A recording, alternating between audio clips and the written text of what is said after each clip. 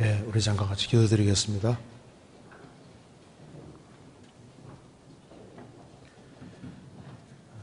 자비로우신 우리 아버지 하나님,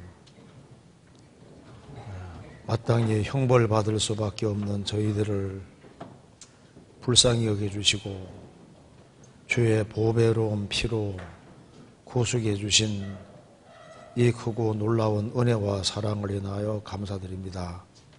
이번 2차 수양회도 무사히 마치게 해주시고 또 이번에 또 새로 많은 사람들이 참석해서 또 주님의 역사로 구원받게 해주신 것을 감사합니다.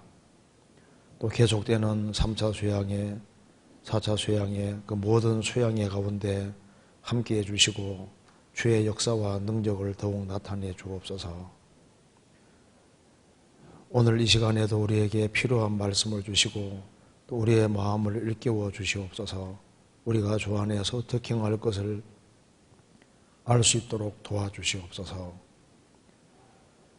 주 안에서 다 귀하게 쓰임받도록 도와주시고 우리의 사랑하는 가족들, 친척들, 이웃들에게 주의 복음을 더욱 담대히 증거할 수 있도록 도와주옵소서. 오늘 이 말씀이 주님의 도우심으로 우리 심령 깊이 새겨지도록 역사해 주시고 우리가 걸어가야 될 길이 무엇인지를 알 수 있도록 도와주옵소서. 주 예수 그리스도 이름으로 기도하옵나이다. 아멘. 우리 성경 요한계시록 3장입니다. 요한계시록 3장 3장 14절부터 제가 읽겠습니다.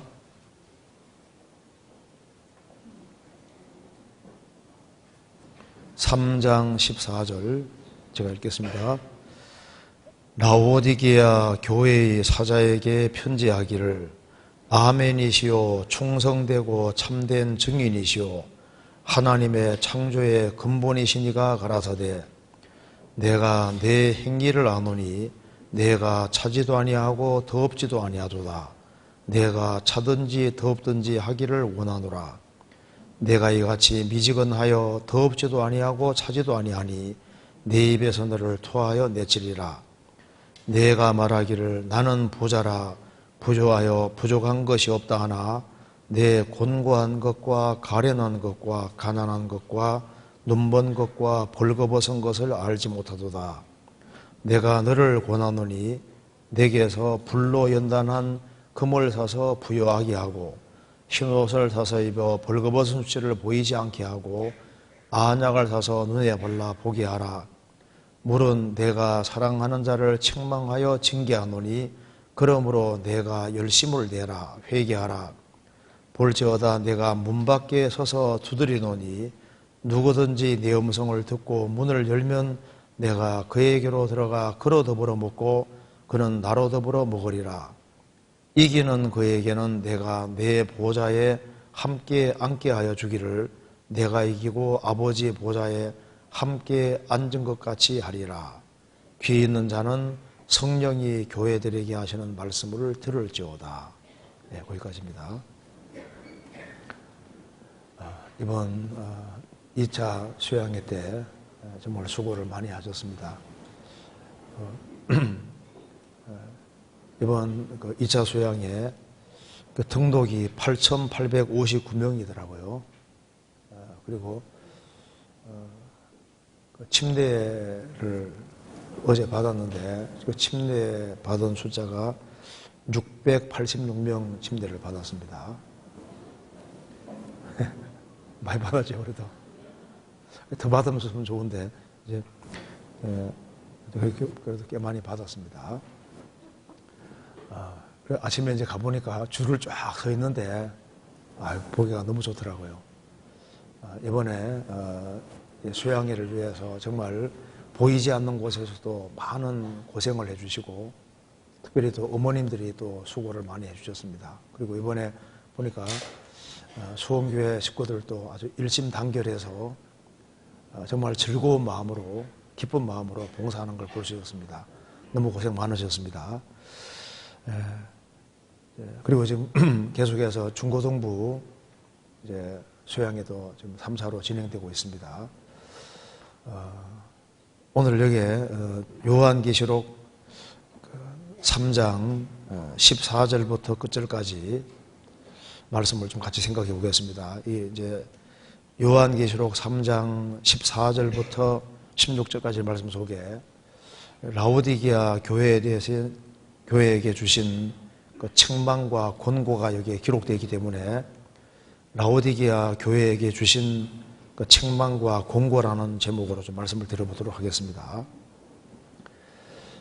이 아시아에 초대교회 당시에 아시아에 많은 교회들이 있었는데 그 많은 교회들 가운데 주님이 그 중에서 7개를 뽑아내셔서 이렇게 말씀해 주셨습니다.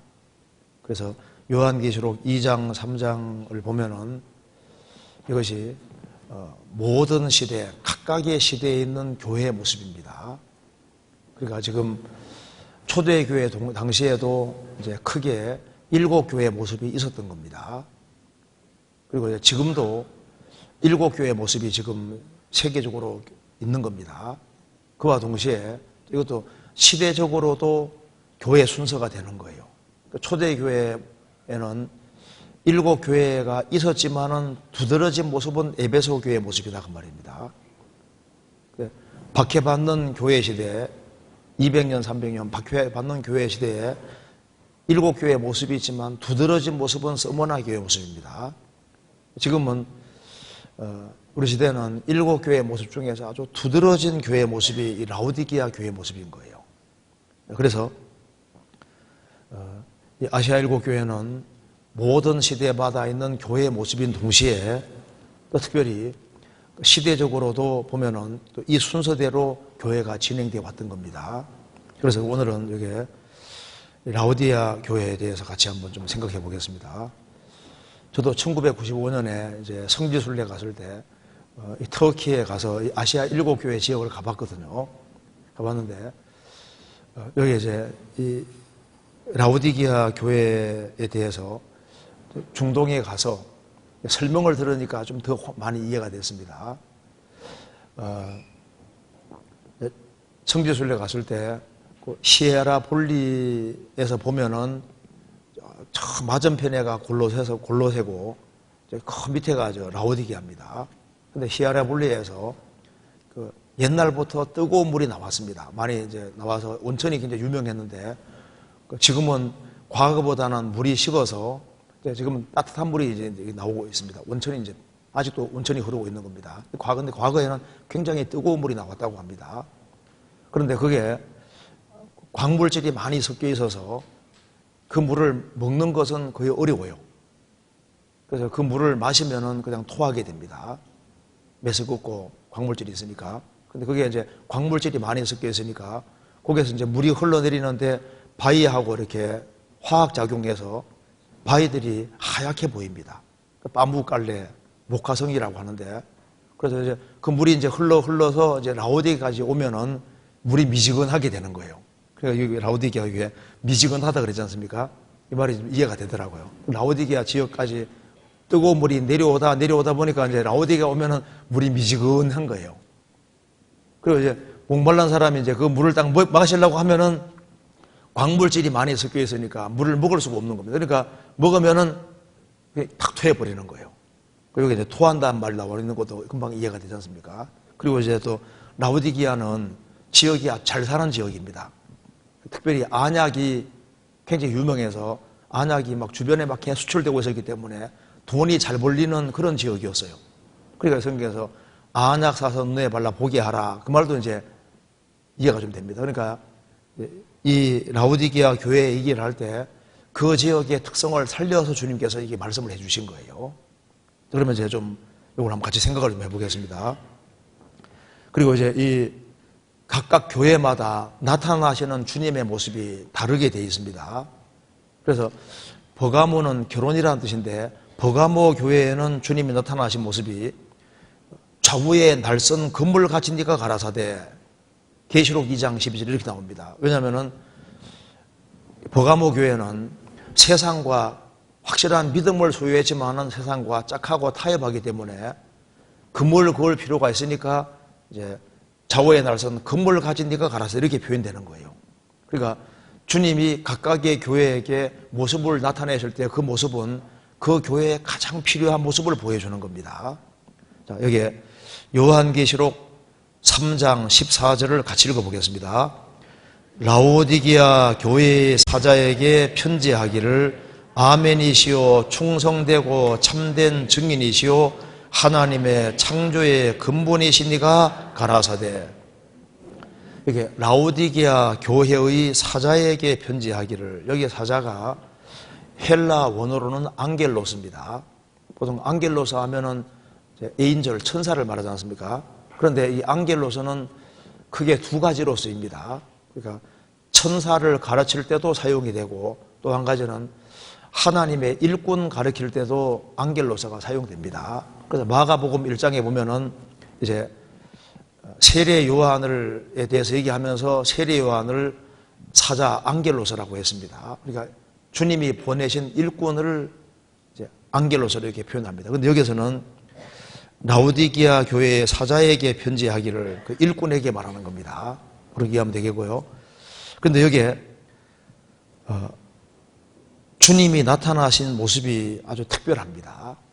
여기에 주님께서 자신에 대해서 말씀하시면서 아멘이시오 충성되고 참된 증인이시오 하나님의 창조의 근본이시니가 가라사대. 이 모습이 이 라오디게아 교회에 꼭 필요했던 겁니다. 지금 이 라오디게아 교회를 살펴보면은 현대 교회 모습하고 너무너무 닮았습니다. 지금 우리나라도 지금 교회들이 굉장히 많이 있지만은 14절이 제일 부족한 거예요. 그리고 이제 이 교인들도 많지만은 정말 거듭나지 못한 교인들도 많이 있습니다. 그러니까 여기 라오디게아 교회는 구원 안 받은 사람에게도 적용이 되고 구원 받은 사람에게도 적용이 될 수 있습니다. 오늘 좀 배워보면 이해가 되실 겁니다. 여기 주님께서 제일 먼저 아멘이시오. 왜 주님을 아멘이라고 이렇게 제일 처음 소개를 하고 있을까요? 이 아멘이 잘 안 되는 시대이기 때문에 지금 아멘이라고 나타나시는 겁니다. 아멘이란 말 뜻이 무슨 뜻인지 아시죠? 예수님이 공생의 당시에 내가 진실로 너에게 이르노니 그 진실로가 이게 헬라 원어로 아멘입니다. 아멘. 그러니까 아멘이란 말은 원래 진실이라는 뜻입니다. 진실. 진실로 내게 이르노니. 사람들이 이제 기도할 때 끝에 아멘 하잖아요. 아멘. 그 아멘이란 말은 진실이다. 그 말은 진실입니다. 참됩니다. 원래 그런 뜻입니다. 근데 여기 예수님께서 왜 이 아멘이라고 강조를 하셨냐면은 예수님은 아버지 뜻에 절대 복종하시잖아요. 예수님은 세상에 오신 이유가 아버지의 뜻을 행하기 위해 오셨고 아버지 뜻을 온전하게 이루셨고 십자가에 죽는 것이 하나님 아버지 뜻이니까 내 뜻대로 마옵시고 아버지 뜻대로 하옵소서 하시고 하나님 아버지 뜻 앞에 자신을 굴복시켰습니다. 아멘이라는 것은 하나님 명령대로 한다는 뜻인 거예요. 예수님이 자신을 가르쳐서 나는 아멘이다 이렇게 말씀하신 것은 예수님의 공생애 속에 하나님 아버지께 불순종한 것이 한 번도 없는 거예요. 그래서 항상 하나님 아버지가 기뻐하시는 뜻을 행했다 그 말입니다. 즉 절대적으로 순종의 삶을 사신 걸 말하는 겁니다. 그런데 왜 이 모습을 강조하냐면 우리 시대에 가장 부족한 것이 순종인 거예요. 순종. 여기 라오디게라는 말 뜻은 백성을 기쁘게 하는 자라 그런 뜻입니다. 우리 시대만큼 자기 주관과 자기의 방법대로 하는 시대도 없습니다. 그러니까 아멘이 잘 안 되는 시대인 거예요. 그래서 하나님 말씀하셔도 부분적으로 순종하지 하나님 말씀 전체에 순종하려는 사람이 너무너무 적어집니다.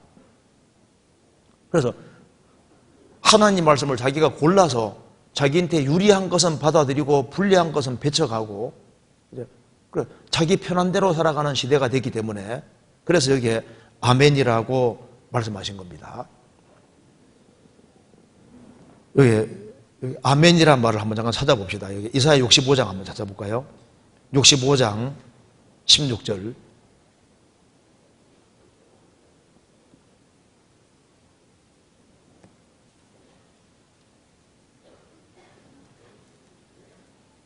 (65장) 16절 보시겠습니다. 이사야 65장 16절.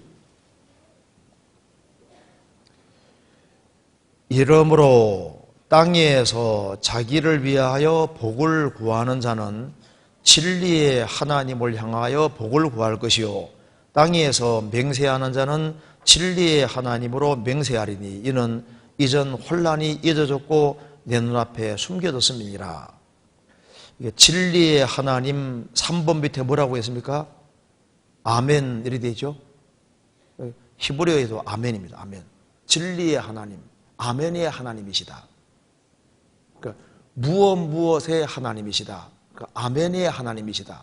그러니까 진리의 하나님이란 말은 아멘의 하나님이란 말입니다. 그러니까 예수님이 자신을 가리켜서 나는 아멘이다. 이 말이 굉장히 중요한 말입니다. 예수님은 아멘이시다. 그러니까 구약의 모든 약속을 예수님은 육신 입고 오셔서 그대로 한마디도 떨어뜨리지 않고 초림의 예언을 문자 그대로 다 이루셨습니다. 그렇기 때문에 재림에 관한 무수한 약속들도 있는데 그 약속도 주님은 아멘이시기 때문에 예수님 안에서 다 이루어지게 되어 있습니다. 주님은 아멘이시기 때문에 신구약 성경에 있는 모든 약속을 진실하게 그대로 이루십니다. 왜? 아멘이시니까. 그래서 한 사람이 그리스도 밖에 있다가 그리스도 안에 들어온 사람은, 즉 주님이 영생을 주신 사람은 그 사람 영생을 주님이 보증하시는 거예요. 왜? 그분은 아멘이시란 말은 거짓이 없다 그 말입니다. 항상 참이시다 그 말인 거예요.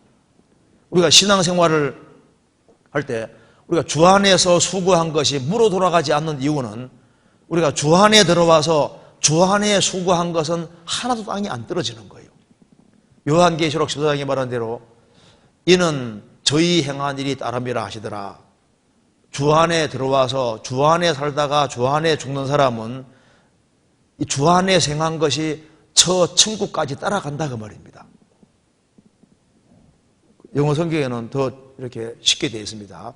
Their works follow them입니다. 그들의 행위들이 그들을 따라간다. 천국까지 따라가는 거예요. 그러니까 우리가 이번 하계 수양회 때 수고한 그 모든 수고들이 천국으로 그대로 따라가는 거예요. 불의의 제물로 친구를 사귀라. 그리하면 없어질 때 저희가 영원한 처소로 너희를 영접하리라. 우리가 주님 뜻대로 사용하지 않던 제물을 활용해서 영혼을 건지는 데 사용을 했으면은 그것이 그렇게 해서 사람이 구원을 받아가면은 그 사람이 천국에 가 있게 되고 그래서 영원한 처소로 너희를 영접할 것이다. 그래서 왜 주 안에서 수고한 것이 헛되지 않느냐? 그분은 아멘이시기 때문입니다. 우리가 왜 재림을 믿을 수 있냐 하면은 주님은 아멘이신 거예요.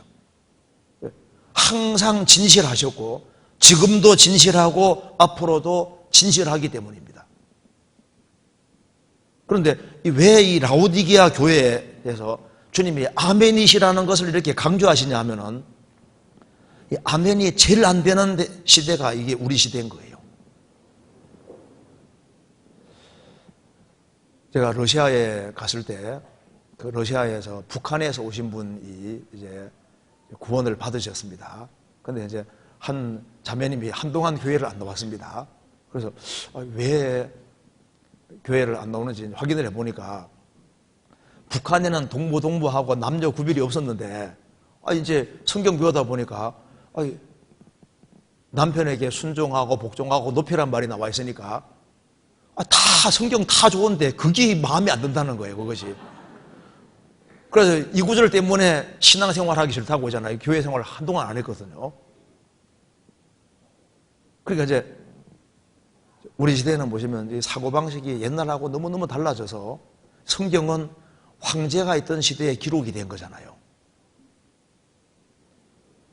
당연히 황제에게 충성하고 복종하는 이런 것이 뭐 당연한 것인데, 지금 우리 시대는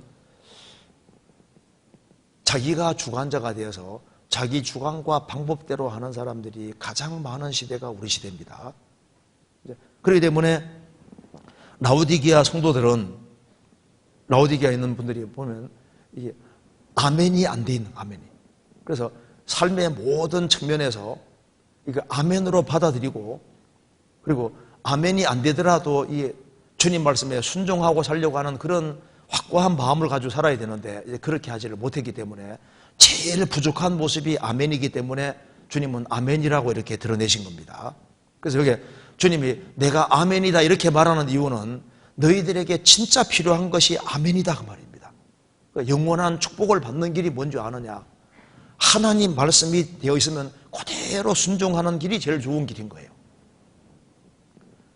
아버지가 심부름을 시킨다. 첫째, 말로 할 때 한다. 두 번째, 조금 얻어맞고 한다. 세 번째, 끝까지 버티다가 쫓겨난다. 몇 번째입니까? 말로 할 때 하는 게 제일 좋잖아요. 그러니까 하나님 말씀하시면 내 하면 이게 제일 좋은 길이거든요. 성경이 그렇게 되어 있으면 그대로 해야 되겠다 이런 마음을 갖는 것이 가장 현명하고 좋은 태도가 되는 겁니다. 그래서 이제 생활을 하고 살다 보면은 맞아, 항상 하나님 말씀 맞았어. 성경이 그렇게 되어 있어도 내가 성경 반대쪽으로 갈 때 편한 길을 택한 것처럼 보였지만 나중에 보면 그게 일이 꼬이는 것이었습니다. 제일 현명하고 바르고 좋은 길은 주님 말씀이 그렇게 되어 있으면 그대로 잡는 것이 현명한 겁니다. 왜? 우리 주님은 아멘이시니까. 그리고 우리는 이제 성경에다가 운명을 걸은 사람들이기 때문에 주님이 아멘이시냐 하는 것은 우리 영원한 운명과 관계되는 겁니다. 성경이 진리고 예수님이 아멘이시고 구약의 모든 약속이, 초림 약속이 문자 그대로 이루어졌고 재림의 모든 약속도 문자 그대로 예수님 안에서 이루어지고 아멘이라면은 주님 편에 선 사람은 영원한 축복에 서 있는 사람인 겁니다. 주님이 아멘이시라면은 주님 반대편에 서 있는 사람은 영원한 불행이 있는 거예요. 주님은 참이신데 마귀는 거짓이잖아요. 그래서 주님 편, 오른편에 선 사람이 이게 가장 현명한 거예요. 제가 들은 얘기인데요. 스님들은 줄 잘 서야 된다고 하는 얘기 들어보셨어요? 어느 주지성 밑에서 머리 깎았냐가 일생 동안 운명을 좌우한답니다. 그래서 이제 머리를 깎았는데 약간 위로 올라가지 못할 주지성에게 머리 깎으면 평생 그냥 마당 쓸다 끝나는 경우도 있답니다. 그런데 좋은 주지성에게 머리 깎으면 그 주지성이 올라가면 같이 이렇게 올라가는 거니까 스님들은 서열이 굉장히 이렇게 정확하다 그러잖아요. 그런데요, 신앙생활에서 참 인생에서는 줄 잘 서야 되는데 주님 편에 서는 것이 이게 정말 지혜로운 거예요. 왜? 주님은 아멘이시니까. 그리고 그 다음 봅시다. 계시록 3장 14절에 아멘이시오 충성되고 참된 증인이시오. 여기에 주님께서 충성되고 참된 증인이시오. 예수님은 이 세상에 오셔서 정말 모세는 사환으로 충성했지만 예수님은 진받은 아들로 충성했다고 했습니다. 예수님은 세상에 오셔서 충성스럽게 아버지 뜻을 다 행하셨고 그리고 참된 증인이셨습니다. 예수님은 하나님 아버지께 들은 것을 너희에게 다 고하였다.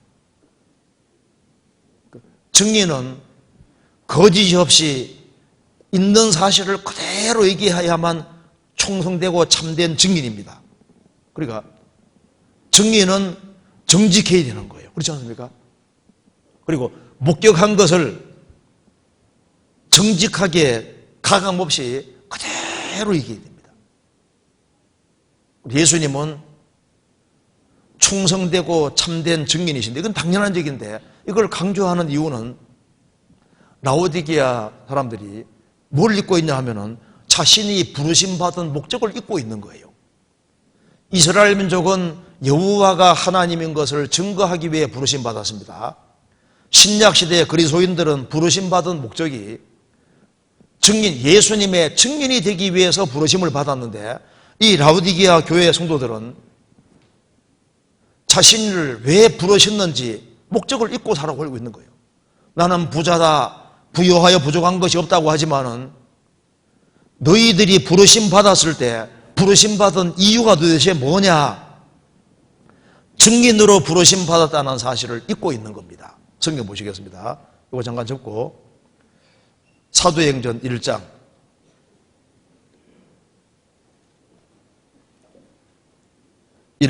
8절입니다. 8절 같이 읽겠습니다.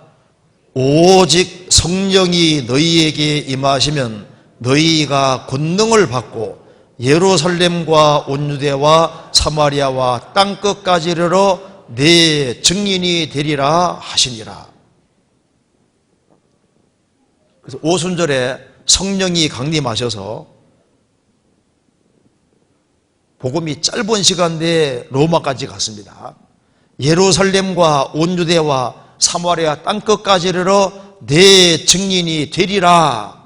성령을 받았으면 자동으로 증인이 되도록 되어 있는데, 그런데 이들이 정상적으로 살지 않았던 겁니다. 그러니까 왜 사는지를 알아야 되는 것처럼 왜 나를 구원하셨는지 목적을 알 필요가 있는 거예요. 주 예수를 믿으라. 그리하면 너와 내 집이 구원을 얻으리라. 한 사람이 구원받으면은 좋은 땅에 뿌리웠다는 것은 말씀을 듣고 깨닫는 자니 결실하여 혹 30배, 60배, 100배가 됐느니라. 나 통해서 30명, 60명, 100명이 구원받도록 하기 위해서 부르신 겁니다. 너희는 세상의 빛이라, 세상의 소금이라. 우리를 구원하신 이유는 세상에서 구별되어 살면서 주변의 사람들을 주님 품으로 이끌기 위해서 우리를 부르신 겁니다. 우리만 구원받게 하기 위해서 구원하신 것이 아니잖아요. 나를 통로로 삼아서 또 다른 사람에게 이 귀한 복음을 전하기 위해서 부르셨는데 그 목적은 잊고 살면 안 되는 겁니다. 그런데 라오디게아 사람들은 이제 그걸 잊고 살았던 거예요. 여기 시편 89편 찾겠습니다.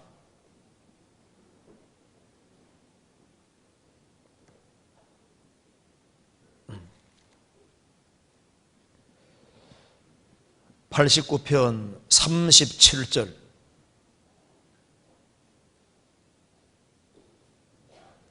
(89편) 37절 같이 읽겠습니다.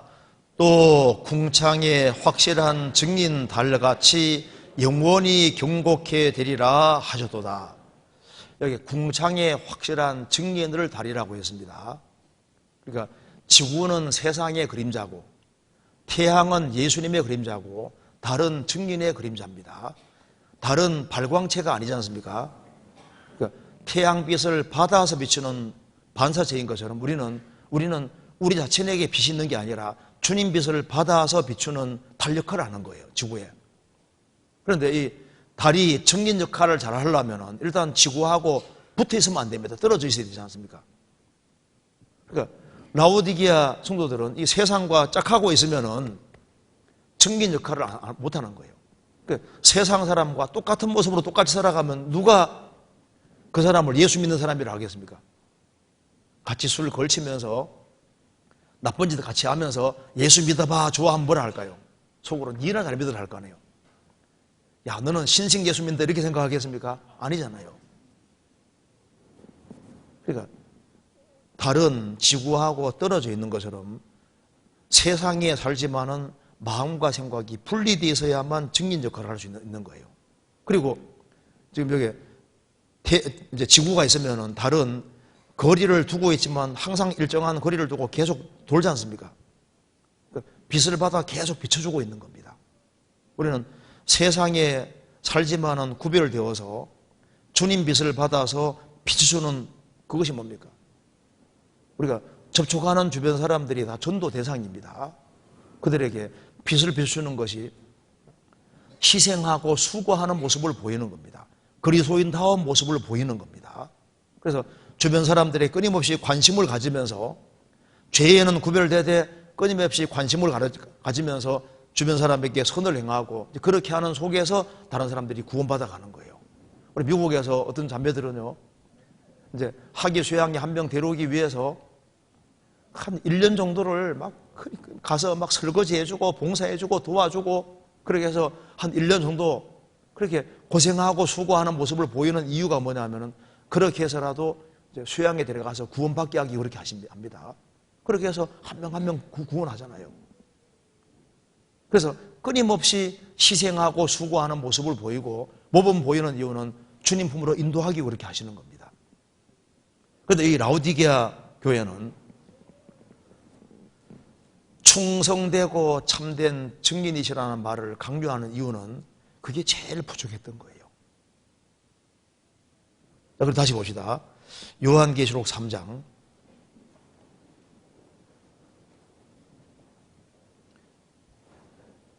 14절 중간에 충성되고 참된 증인이시오 하나님의 창조의 근본이시니가 가라사대. 여기 하나님 창조의 근본이시니라는 말씀은 창조주라는 말씀입니다. 성경 요한복음 1장과 히브리서 1장 보면은 성부가 성자 통해서 우주를 창조하셨기 때문에 이 우주를 직접 만드신 분은 예수님입니다. 이 우주를 직접 만드신 분은 예수님인 거예요. 그래서 만물이 그로 말미암아 지은 바 되었으니 지은 것이 하나도 그거 없이는 된 것이 없느니라. 우리가 보는 풀 한 포기, 나무 한 그루, 모든 것, 돌멩이도 다 주님 만드셨는데 주님 만드시 않은 것이 없다 그 말입니다. 그래서 이 만물을 창조하시고 만물을 붙잡고 있는 분이 바로 예수님인 거예요. 예수님은 빌립보서 2장에 말한 대로 사람의 모양으로 나신 것뿐이지 사람은 아닙니다. 인간을 원하려고 잠깐 사람 모습을 취하시고 나신 거예요. 그런데 여기 왜 이걸 강조하냐 하면은 하나님의 창조의 근본이시니가 가라사대. 이걸 강조하는 이유가 우리 시대 사람들이 근본이 뭔지를 잊고 살기 때문입니다. 그렇기 때문에 우리 시대에 제일 헷갈려하는 것이 우선순위가 뭔지를 모르는 거예요. 무엇이 근본인지 무엇이 우선인지 그걸 모르고 있는 겁니다. 그래서 라오디게아 성도들은 자기 아내에 빠져 살면서 미지근하게 살면서 모든 것의 근본이 되시는 주님을 가장 높이고 주님 중심으로 생을 살아야 되는데 라오디게아는 백성을 기쁘게 하는 자라는 뜻입니다. 주님 중심이 아니라 인간들이 중심이 되어 있는 거예요. 이 우주의 근본도 주님이시고 내 일생의 시작도 주님이잖아요. 내 구원의 시작도 주님이시고 내 모든 삶의 근본도 주님이신데 주님을 가장 앞세우고 주님 중심으로 생을 살아야 되는데 근본을 지금 잊고 살고 있는 겁니다. 예수님은 구세주인 동시에 주입니다. 우리의 주인이 되고 싶어서 우리를 구원해 주신 거예요. 그래서 주님을 회사 사장님 정도로만 생각해도 회장님 정도로만 생각해도 신앙생활을 정말 잘할 수 있을 겁니다. 대기업의 회장님이 오늘 주일은 여기 와라 하면 오겠습니까? 안 오겠습니까? 회장님은 그러니까 근데 주님을 회장님 정도로도 생각 안 한다고 말입니다. 그래서 말라기 1장에 말씀하잖아요. 야 너희들이 하는 걸 좀 봐봐라. 너희들이 나를 아버지 정도로만 생각해도 이렇게는 안 했을 것이다. 너희들이 나를 총독 정도만 생각해도 이렇게 했겠냐? 주님은 총독이 아니고 육신의 아버지 정도가 아니다 그 말입니다. 우리를 위해서 피를 흘려주시고 우리를 위해서 모든 걸 다 행해 주셨고 이분 주님을 알면 알수록 그분은 모든 것의 근본이 주님이신데 주님 중심으로 안 돼 있기 때문에 이게 문제인 거예요. 유물론자들은 물질이 근본이라고 생각합니다. 인본주의자들은 인간이 근본이라고 생각하는 거예요. 아닙니다. 주님이 모든 것의 근본이고 그래서 신본주의 하나님 중심이 되어야 되는데 중심이 안 돼 있는 거예요. 예수님은 피로 값주고 샀고 우리는 주의 것이 됐습니다. 로마서 1장에 말한 대로 예수 그리스도의 것으로 부르신 분이 아니라 예수 그리스도의 것이 된 겁니다. 너희는 너희 것이 아니라 값으로 산 것이 되었으니 그런즉 너희 몸으로 하나님께 영광 돌리라. 너희는 너희 것이 아니라 주님 핏값으로 사줬으니까 주의 것이 됐고 주의 것이 됐으니까 주님 데려가시는 거예요. 우리는 주님 겁니다. 로마서 14장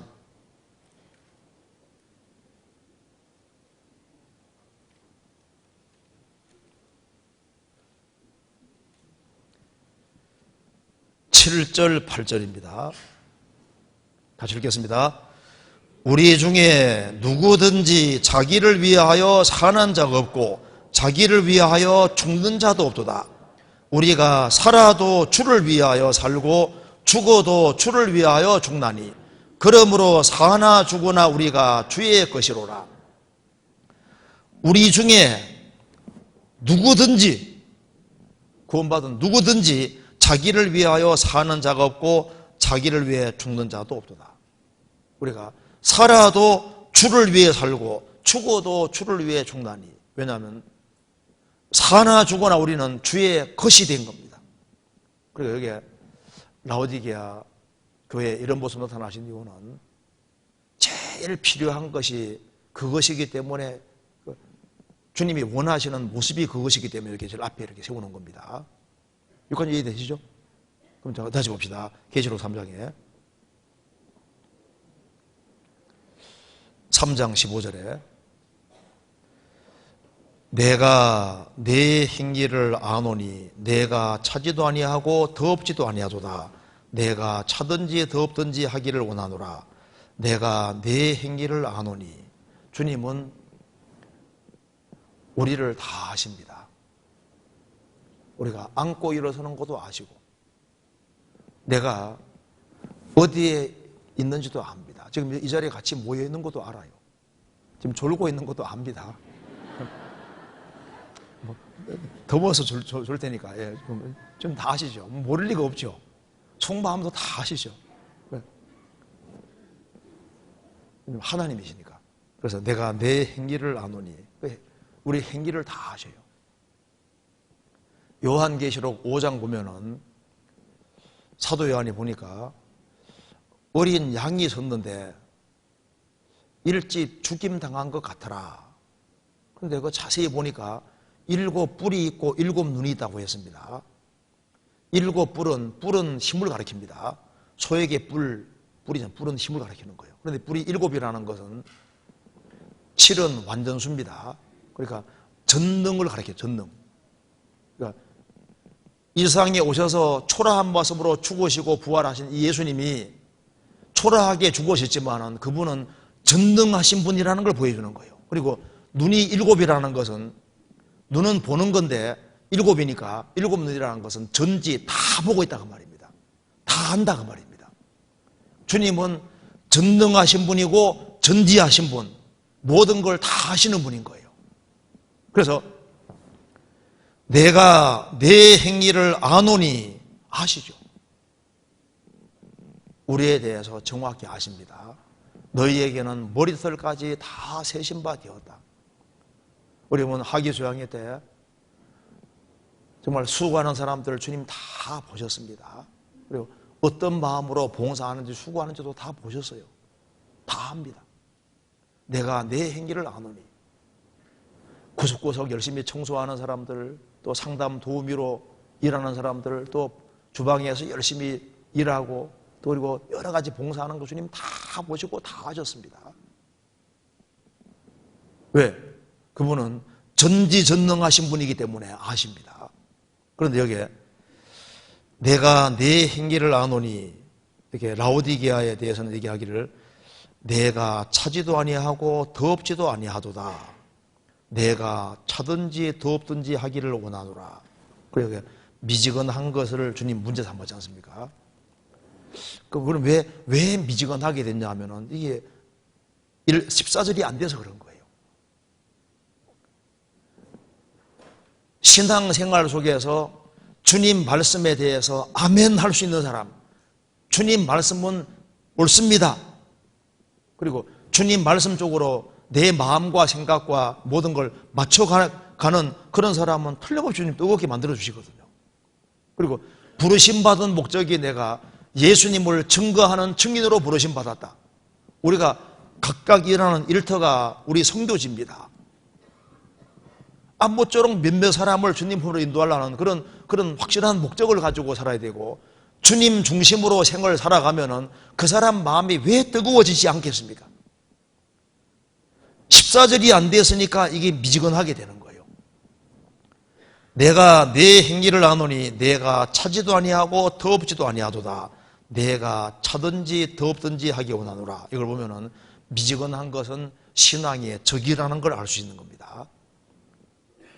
자, 우리 시대에 정말 뭐든지 빨리빨리 하려고 하는 것이 특별히 한국 사람 기본 특징입니다. 그래서 해외 나가면 빨리빨리, 해외 나가면요, 외국인들도 한국 사람이 자주 하는 말 빨리빨리, 그 말을 잘 알더라고요. 빨리빨리.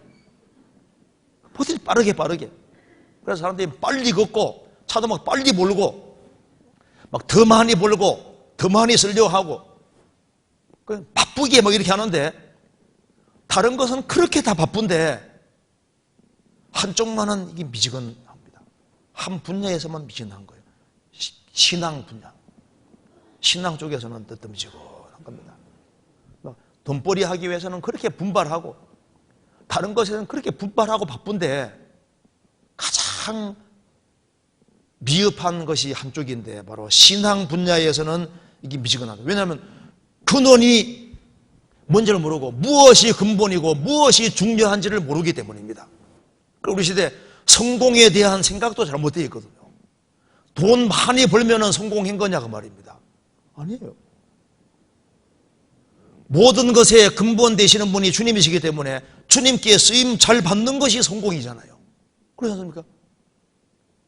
주님이 귀히 여기고 주님이 정말 보실 때 필요한 사람으로 여길 때 그 사람이 성공한 것이지. 그러니까 성공에 대한 관념과 생각이 달라지기 때문에, 그래서 한쪽 분야에서 식어가는데 이것이 바로 신앙 분야다 그 말입니다. 그리고 라오디게아 지역 모습하고 라오디게아의 신앙을 가진 사람들하고 이 모습이 똑같은 거예요. 빠묵갈래에서 이제 뜨거운 물이 분출해 나오는데 거기는 뜨거운데 시간 지나가지고 흘러내려오면서 식어서 라오디게아까지 오면 미지근하게 되는 거예요. 그러니까 너희 동네 라오디게아 지역에 흘러가는 물 모습하고 미지근한 모습하고 라오디게아 지역 사는 사람들 이게 똑같이 미지근했다 그 말입니다. 그래서 16절에 내가 이같이 미지근하여 더없지도 아니하고 차지도 아니하니 내 입에서 너를 토하여 내시리라.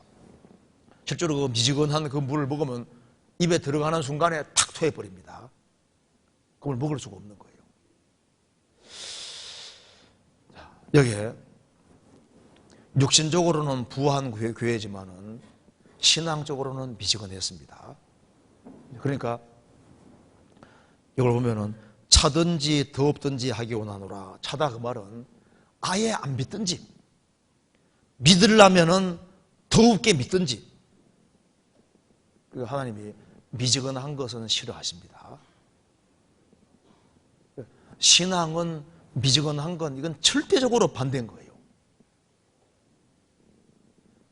미지근한 것은 하나님이 못 받습니다. 그러니까 아예 안 믿으려면 안 믿든지, 믿으려면 확실히 믿든지, 둘 중에 아주 확실히 하라고 주님 말씀하셨는데, 이게 확실히 하려고 해도 아멘이 안 되고 내 인생의 모든 근본이 주님이라는 것이 확실하지 아니하면은 열심은 생길 수가 없는 겁니다. 열심은 세상에서도 필요하고 신앙의 세계도 필요한 거예요. 그 에디슨이 발명왕이 되는 거기에는 열심히 대단하잖아요. 어떻게 한 사람이 10,000개 이상의 제품 만들어낼 수 있겠습니까? 열심히 아주 특심한 거예요. 그런데 우리 시대 보세요. 가장 막 굉장히 열정적이잖아요. 근데 방향이 다 잘못되어 있습니다. 그런데 세상적인 것에 대해서는 그렇게 열심을 내는데 신앙에 대해서는 열정 가진 모습을 찾기가 쉽지 않은 시대가 됐다고 말입니다. 라오디아식이 그런 거예요. 이 우주 안에서 제일 열심으로 충만하신 분은 예수님입니다. 하나님 아버지는 얼마나 열성적이십니다. 예수님 말씀하시기를 내 아버지께서 이제까지 일하시니 나도 일한다. 예수님 공생에 보시면은 예수님이 얼마나 바쁘게 다니셨습니까? 쉴 새 없이. 성경 한번 찾아봅시다. 마가복음 3장. 마가복음 3장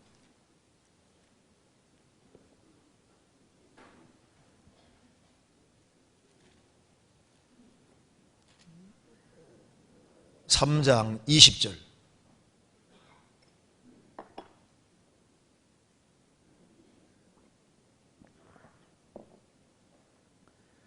집에 들어가시니 무리가 다시 모임으로 식사할 겨를도 없는지라 예수의 친속들이 듣고 붙들러 나오니 이는 그가 미쳤다 하밀러라. 예수님이 공생의 당시에 얼마나 바쁘고 부지런하게 일하셨는지 식사할 겨를도 없는지라 예수의 친족들이 듣고 예수님을 붙들러 나왔다고 했습니다. 이는 그가 미쳤다 하밀어라. 얼마나 열심히 해서 미쳤다고 할까요? 미쳤다 하밀어라. 예수님도 미쳤다는 소리 들었습니다. 우리 시대에 그 매니아가 많아지잖아요. 매니아. 미쳤다는 말이 이게 헬라어에도 마니아입니다. 마니아. 요즘 매니아가 많아지는데 그런데 신앙적으로 바른 방향 쪽으로 열심을 내는 것은 꼭 필요한 거예요. 그래서 로마서 12장에 말씀하기를 부지런하여 게으르지 말고 열심을 품고 주를 섬기라. 로마서 12장 11절에 나와 있죠. 부지런하여 게으르지 말고 열심을 품고 주를 섬기라. 만왕의 왕 되신 주님을 섬기는데 냉랭한 마음으로 미지근한 마음으로 섬기는 건 합당치 않습니다. 열심을 품고 주를 섬기라. 그래서 엘리야는 만군의 하나님 여호와를 위해서 아주 열심히 특심했습니다. 세례 요한도 얼마나 열심히 특심했습니까? 그런데 그 열심이라는 것이 필요한 거예요. 초대교회 성도들은 열심이었습니다. 사도들의 가르침을 받고 그리고 자주 모이고 날마다 같이 모이고 교제떡을 나누고 그러니까 주님이 날마다 구원받는 사람을 더하게 하시니라. 바울사도 열심은 아주 특심합니다. 초대교회 당시에 사도들뿐 아니라 그리스도인들이 정말 열심이었습니다. 성경 한번 찾아봅시다. 사도행전 19장입니다.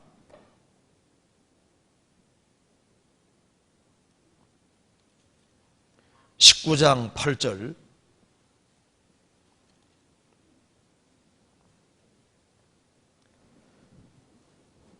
바울이 회당에 들어가 석 달 동안을 담대히 하나님 나라에 대하여 강론하며 권면하되 어떤 사람들은 마음이 굳어 순종치 않고 무리 앞에서 이 도를 비방하거늘 바울이 그들을 떠나 제 아들을 따라 세우고 두란노 서원에서 날마다 강론하여 이같이 2해 동안을 하며 아시아에 사는 자는 유대인이나 헬라인이나 다 주의 말씀을 듣더라. 바울이 회당에서 석 달 동안을 담대히 하나님 나라에 대해서 강론하고 권면했다. 그런데 어떤 사람들이 마음이 굳어 순종치 않고 무리 앞에 이들을 비방하니까 바울이 그들을 떠나 제 아들을 따로 세우고 두란노라는 사람의 서원에서, 학원 같은 데입니다. 두란노라는 사람의 서원에서, 장소가 컸던 것 같아요. 거기에서 날마다 강론해서 2해 동안을 했다. 근데 그 웨스턴 텍스트라는 성경 사도행전 필사본이 있습니다. 인터넷에 쳐도 나옵니다. 근데 그거 보면은 거기에 사도행전 19장 여기에 2해 동안을 날마다 2해 동안 강론했다고 하는 거기에 나나주가 달려 있는데 오전 11시부터 오후 4시까지 그 사이에 강론했다고 했습니다. 한 4-5시간씩 강론했던 거예요. 그 바울 사도는 좀 길게 얘기했던 것 같아요. 그것도 2년 동안. 요한 웨슬레는 설교를 얼마나 많이 했는지, 그 사람 86세인가 죽었는데요. 웨슬레가 구원받고 하루에 평균 4번씩 설교했습니다. 대략 한 1시간 정도씩 해서 하루에 4번 정도씩 평생 했다고 하잖아요. 그리고 책을 한 200권 정도를 썼습니다. 이해가 잘 안 되잖아요. 근데 얼마나 부지런한 사람인지 모릅니다. 사람 중에 그런 특심한 사람들이 있거든요. 바울 사도는 날마다 강론하는데 2해 동안을 하며 이 배후에 뭐가 있을까요? 그 영혼을 불쌍히 여기는 그 마음, 그 사랑하는 마음이 특심한 거예요. 사도행전 20장 7절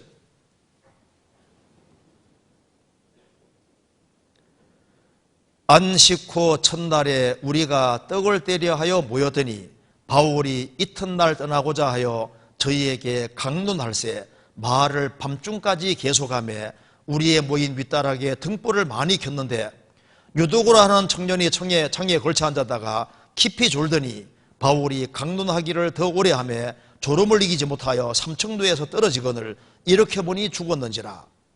바울이 내려가서 그 위에 엎드려 그 몸을 안고 말하되 떠들지 말라 생명이 저에게 있다 하고 올라가 떡을 떼어 먹고 오랫동안 곧 날이 새기까지 이야기하고 떠나니라. 사람들이 살아난 아이를 데리고 와서 위로를 적잖게 받았더라.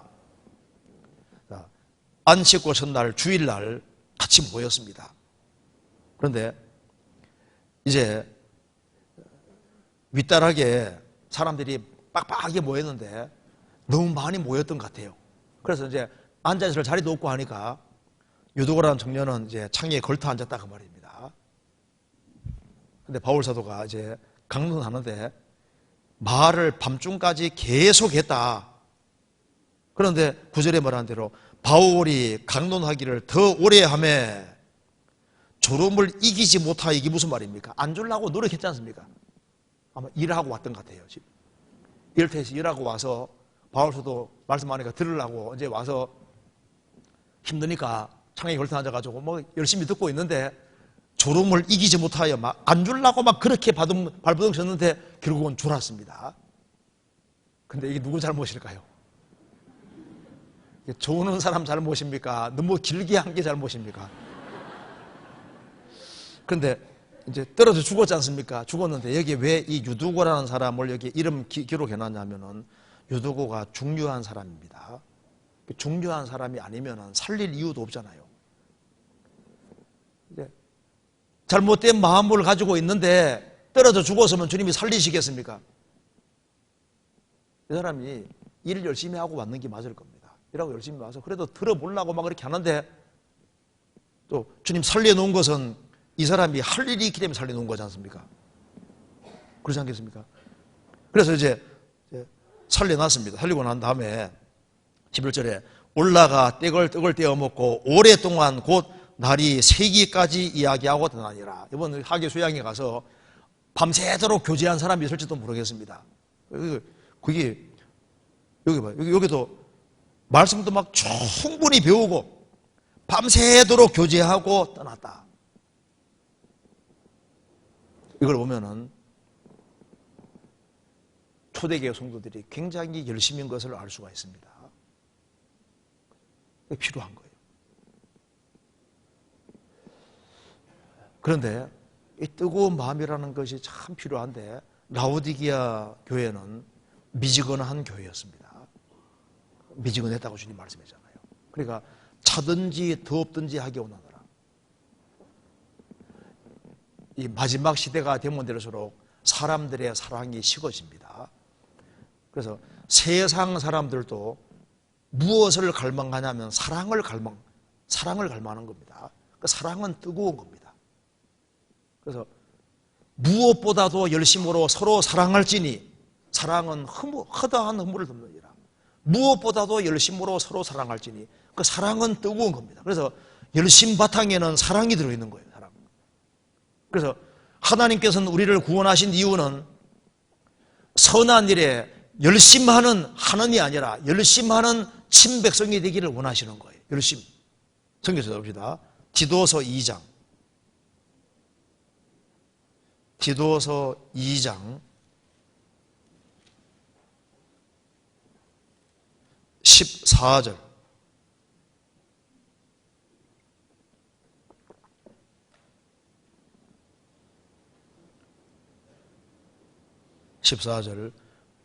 그가 우리를 대신하여 자신을 주심은 모든 불법의 소리를 구속하시고 우리를 깨끗하게 하사, 그 다음에 적겠습니다. 선한 일에 열심하는 친백성이 되게 하려 하심이니라. 선한 일을 하는 것이 아니라 선한 일에 열심하는 친백성이 되게 하심이니라. 지금 마귀도 얼마나 열심인데, 마귀도 잠도 안 자고 얼마나 부지런히 타락시키려고 하잖아요. 그런데 우리는 선한 일에 열심하는 친백성이 되게 하십니다. 그래서 목표가 확실하고 선한 일에 바쁘고 열심인 사람은 갈등할 시간이 없는 거예요. 그래서 선한 일에 열심히 하는 사람은 다른 사람이 나에게 무슨 얘기를 하든 간에 그 별 문제가 안 됩니다. 학창시절에도 보시면 막 공부 열심히 하는 사람은요, 딴 데 신경 쓸 시간이 없는 거예요. 나를 좋게 얘기하든 나쁘게 하든 별 문제가 안 됩니다. 그런데 한가한 사람은 주변 사람들의 말에 상처를 받을 수도 있는데, 한 곳에 몰입이 되어 있고 목표가 아주 확실하고 그걸 위해 열심히 달려가는 사람은 생활 살아가는 가운데 다른 사람들의 얘기가 별 문제가 안 되는 거예요. 그러니까 열심히 하는 사람은 갈등이라는 게 줄어들게 되고 갈등이 없어지게 되는 겁니다. 그리고 자기 주어진 일이 아주 성실하고 열심히 살아가면은 죄에서 멀어지게 되는 거예요. 그래서 미지근하면은 죄가 막 들어오게 됩니다. 그렇잖아요. 이 세상에서 정말 부지런하게 살아야 될 사람이 크리스찬들입니다. 이런 얘기 들어보셨죠? 어떤 젊은이가 세상에서 성공하고 싶었습니다. 그래서 임금을 찾아가서 말합니다. 제가 성공하고 싶은데 비결 좀 알려주십시오. 그럼 내 말대로 해보겠냐? 해보겠습니다. 그래서 시장통에 데려갔습니다. 데려가서 물동이를 딱 갖다 놓고 물을 잔뜩 이렇게 위에까지 이렇게 딱 채우고 난 다음에 이 물동이를 이고 시장 바닥을 돌고 오는데, 돌고 오면은 내가 비결을 알려주는데, 물 쏟으면 넌 죽는 거다. 그래도 해보겠냐 하니까 이제 한 번 죽지 두 번 죽냐 하면 어차피 나는 성공을 해야 되겠다는 겁니다. 그럼 해보라고 해서 이제 물동이를 딱 이고 그 복잡한 시장을 돌고 있습니다. 그래서 무사히 돌고 왔습니다. 이제 비결을 알려주십시오 하니까, 그러면 시장 바닥을 돌면서 들은 얘기 한번 얘기해 보라니까 한마디도 들은 얘기가 없는 거예요. 그 복잡한 시장 바닥을 돌면서 왜 한마디도 들은 것이 없냐 하면은 성공해야 된다는 생각 하나 하고, 또 하나는 이 물동이 떨어뜨리면 나는 죽는다. 두 생각 두 개밖에 없는 거예요. 들은 것이 없다고 말입니다. 그것처럼 이 세상에 성공하기 위해서는 목표를 확실히 정해서 한쪽으로 끝까지 밀고 나가면은 반드시 성공할 거라고. 그런데 이 공고처럼 우리도 마찬가지입니다. 우리는 세상 사람과 다르게 목표가 확실하잖아요. 주님 앞에 서야 된다는 사실이 확실하고, 우리 신앙생활이 평가되는 그리스도의 심판대 앞에 서야 되고, 그리고 우리가 영원히 봐야 될 분은 주님입니다. 그리고 구원받은 성도들을 영원히 보게 되는 것이 사실이니까 우리가 살아가야 될 방향과 목표는 아주 분명한 거예요. 그리고 그걸 위해서 부지런히 매진하는 사람은 생활을 살아가면서 많은 문제들에서 해방될 수 있는 겁니다. 그런데 그 열심은 그냥 생기는 게 아니에요. 하나님 말씀에 순종하기를 원하는 사람, 그리고 정말 생을 살아가는 목적이 확실하고 주님을 근본으로 삼고 그리고 살아가는 사람은 주님이 뜨거운 마음도 주시고 사랑도 부어주시기 때문에 열심을 가지고 살게 되는 겁니다. 성령을 소멸치 말라고 하신 대로 성령의 불길을 끄면 안 됩니다. 성령이 불길을 계속 불러일으키는데 그 불길이 계속 타는 사람은 열심히 성실하게 살아갈 수 있는 겁니다. 그래서 우리는 지금 지옥으로 끌려가는 사람이 너무너무 많기 때문에 우리가 이번 학위 수양회 때도 소원교회 식구들이 아주 열심을 다해서 최대한 건지려고 노력을 했습니다. 그런데 사람이 구원되고 안 되는 건 우리가 할 수 있는 건 아닌데 최선을 다한 그 모든 것에 대해서도 분명히 상을 주십니다. 노아는 방주지으며 전도했는데 한 사람을 집안 식구 제외하고는 한 명도 못 건지잖아요. 그런데 그는 그 수고를 주님이 다 갚아주시는 거예요. 예레미야가 사역자로 부르심 받고 20몇 년 동안 전도했는데 누가 구원받았습니까? 뭐 바룩하고 에벤멜렉 뭐 몇 사람 없어요. 그런데 그 모든 수고가 물어 돌아가는 게 아닙니다. 우리가 구원의 길로 인도하려고 노력했지만은 그 사람이 전도 안 돼도 우리가 수고한 모든 것은 영원히 남는 것이 되는 겁니다. 성경 요한계시록 3장 다시 보시겠습니다.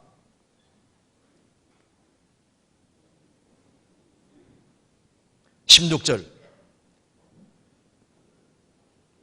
내가 이같이 미지근하여 더럽지도 아니하고 차지도 아니하니 내 입의 서늘을 토하여 내치리라. 내 신앙생활 속에서 영광의 주님이 받으실 수 있는 것이 없다는 건 참 불행입니다. 주님은 우리에게 육신에 필요한 걸 다 내려주시고 우리 영혼에 필요한 것도 다 주셨습니다. 하나님이 세상을 이처럼 사랑하사 독생자를 주셨으니 예수님도 주시고 아들과 함께 모든 것을 은사로 주시고 우리는 주님 것을 받아서 구원을 받았고 또 주님의 것을 계속 누리고 있습니다. 그런데 우리 신앙생활 속에서 우리가 주님께 드리는 것을 주님이 받으실 것이 없다고 말입니다. 입에서 토해내친다는 것은 주님이 잡수실 것이 없다고 말입니다. 이건 참 불행이잖아요. 그럼 왜 못 잡수시냐면은 미지근하니 못 먹겠다고 했습니다. 야곱은 얍삽하다, 교활하다, 간사하다는 뜻입니다. 그는 꾀가 얼마나 많아요. 그럼에도 불구하고 주님이 야곱을 받으시고 야곱의 신앙생활의 것을 받았지 않습니까? 왜? 거기에는 뜨거운 것이 있거든요. 얍삽하고 교활하고 간사하고 육신적인 모습이 있고 세상적인 모습이 있고 아버지 속이고 형도 속였습니다. 그럼에도 불구하고 하나님이 야곱을 받아주셨지 않습니까? 왜? 그는 뜨거운 마음이 있거든요. 사람이 완벽해서 하나님 받으시는 것이 아닙니다. 어느 사람 막 좌충우돌 하는데 주님 받으시거든요. 어느 사람 보면 막 성격이 좀 과한 것도 있는데 또 전도하면 또 잘 구원의 길을 잘 또 인도하고 우국하는데도 잘 인도하잖아요. 주님께 열심히 있거든요. 근데 또 점시건 하면요 이게 주님이 받으실 것이 없어지는 거예요. 점잖다는 것이 꼭 신앙적인 건 아닙니다. 이러므로 너희가 더욱 힘써 믿음의 덕을 했는데 이 덕이라는 말 속에 영어로는 보추잖아요. 보추는 이게 파워, 힘이란 말이 들어가 있습니다. 원래 믿음 다하면은 힘찬 것이 필요한 거예요. 활동적이고 힘찬 것이 필요한 겁니다. 그래서 미지근한 것은 그건 신앙에서는 빵점인 거예요. 우리는 만왕의 왕 되신 주님을 섬기기 때문에 마음에 열심히 일하는 것이 필요합니다. 뜨거운 마음이 필요하거든요. 그런데 미지근하니 내가 못 받겠다. 성경 한번 찾아보시겠습니다. 호세아서 7장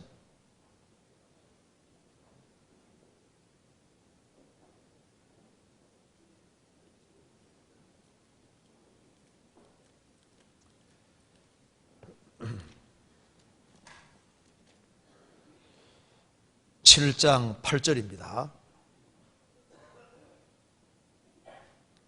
1262페이지입니다. 에브라임이 열방에 혼잡되니 저는 곧 뒤집지 않은 전병이로다.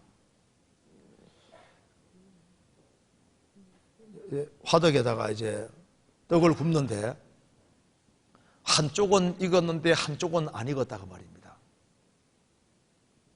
그러니까 양쪽이 익어야지 잡술 수 있는데 한쪽은 익었는데 한쪽은 안 익었다. 한쪽에는 하나님 섬긴다 하고 한쪽은 세상과 짝하고 있으니까 주님 못 받으시겠다고 말씀하시는 겁니다.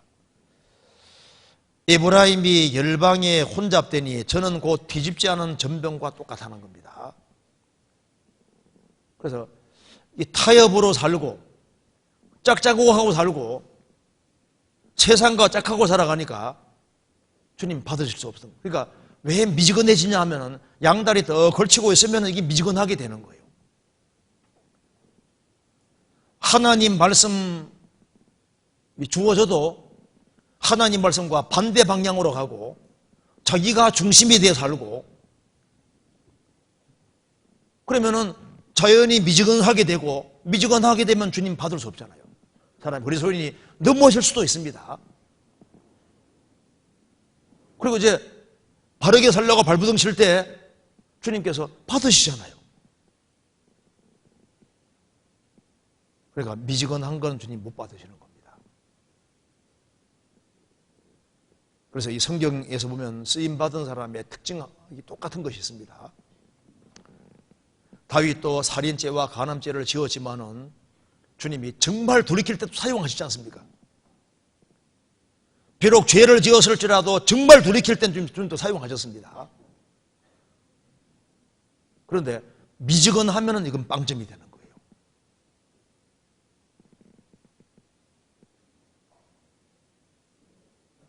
그러니까 차든지 더없든지 하기 원하노라. 안 믿으려면 안 믿든지 믿으려면 믿든지 아주 확실하게 확고한 태도를 취하라 그 말입니다. 우리 삶에 주님께 받을 것이 나와야 되니까. 여기 다시 봅시다.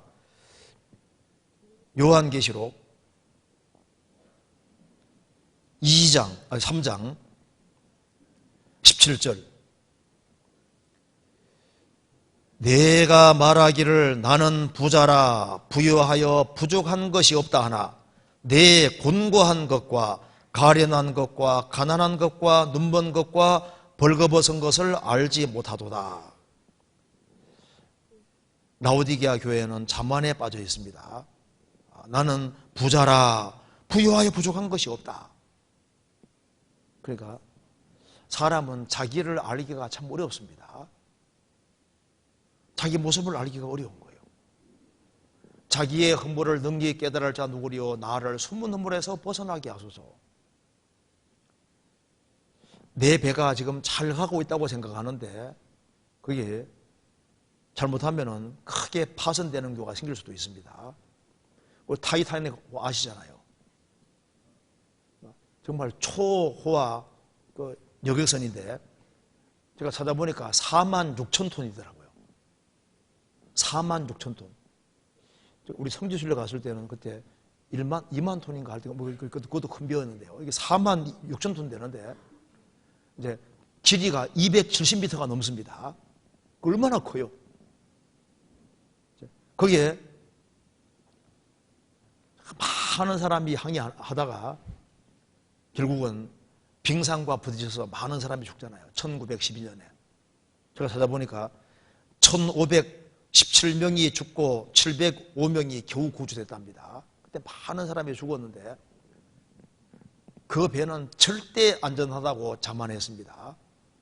그런데 빙산하고 충돌하니까 깨져버리잖아요. 그래서 사람들은 뭘 모르냐 하면은 자기는 연약한 피조물이라는 걸 잊고 있고 그리고 자기 신앙에 대해서 체크를 해봐야 됩니다. 자기 구원 여부도 성경으로 체크해봐야 되고 그리고 구원받고 난 이후에도 성경을 비추어서 자기 신앙을 자꾸 체크해봐야 되는 겁니다. 내가 지금 제대로 믿고 있는 것인지 내가 신앙 상태가 바르게 되어 있는지. 그래서 야고보서 1장 보면은 성경을 거울이라고. 그러니까 거울 앞에 서면 모습을 딱 정확히 비춰주는 것처럼 성경 앞에 딱 서면 성경이 내 모습을 정확히 비춰주는 거예요. 그래서 하나님 말씀에 비춰보면은 자기 상태를 알 수 있는데 라오디게아 교회 사람들이 이렇게 말하는 거 봐서는 성경을 잘 안 본 것 같아요. 우리 시대의 특징 중에 하나가 성경을 지독스럽게 안 본다는 겁니다.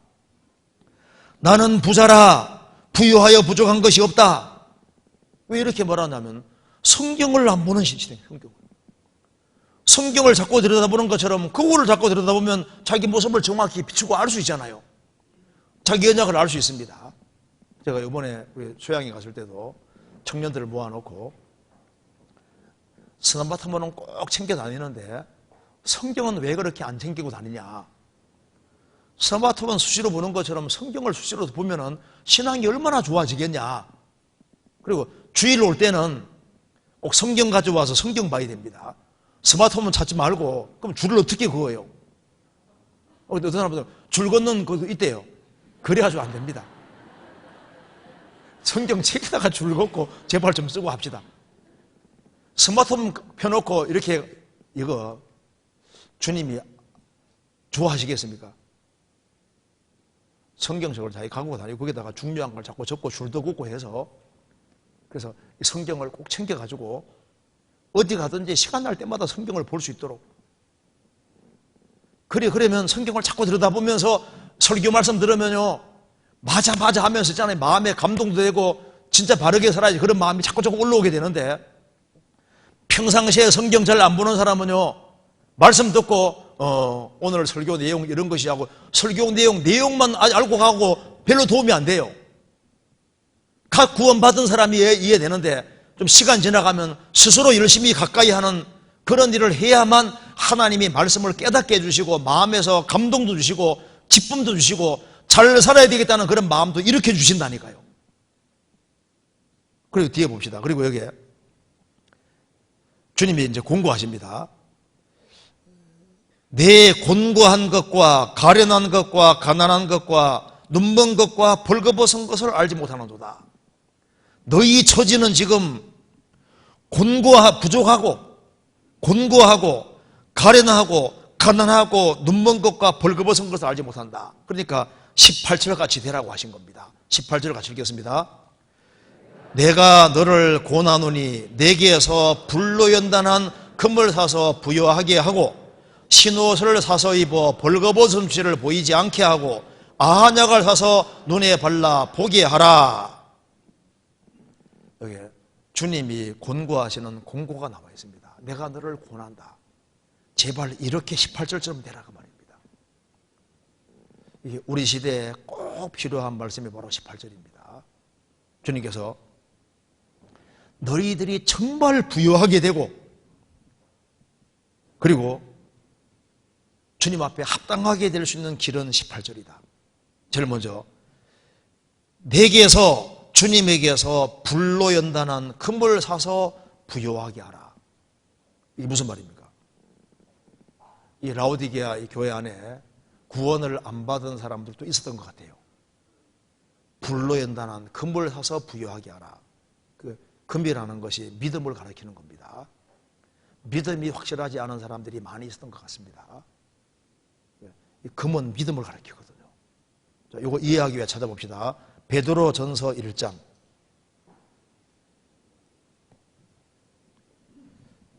1장 7절입니다.